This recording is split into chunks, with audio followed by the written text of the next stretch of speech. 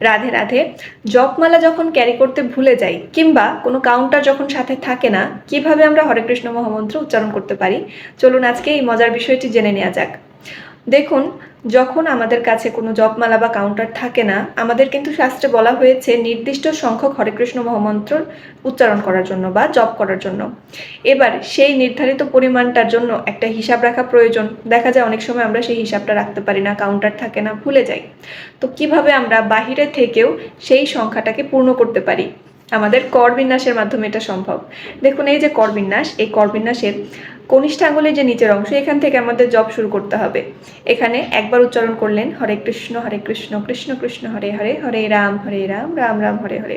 এখানে হচ্ছে 1, তারপরে 2, তারপরে 3, 4, 5, 6, 7, 8, 9, 10, এই হয়ে গেল 10 বার। আর মাঝখানে আমরা মনে রাখবো রাধা গোবিন্দকে। তাহলে দেখুন, এই যে রাধা গোবিন্দ এবং তাকে আমরা পরিক্রমা করলাম। একবার পরিক্রমা সম্পন্ন হলে একই রকমভাবে এই করের একটা এই কনিষ্ঠ আঙুলের নিচের অংশকে ধরবো।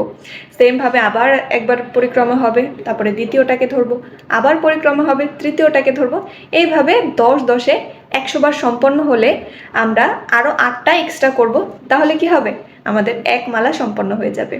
এইভাবে আমাদের কাছে যদি জপমালা বা কাউন্টার নাও থাকে, তবুও কিন্তু আমরা সঠিকভাবে মন্ত্র হিসাব করে উচ্চারণ করতে পারি, জপ করতে পারি। তো যারা বিষয়টি জানতেন তাদেরকে অভিনন্দন, যারা জানেন না এবং যারা অন্যদেরকেও জানাতে চান অবশ্যই ভিডিওটি শেয়ার করে দিবেন। সবাই খুব ভালো থাকবেন। হরে কৃষ্ণ, রাধে রাধে।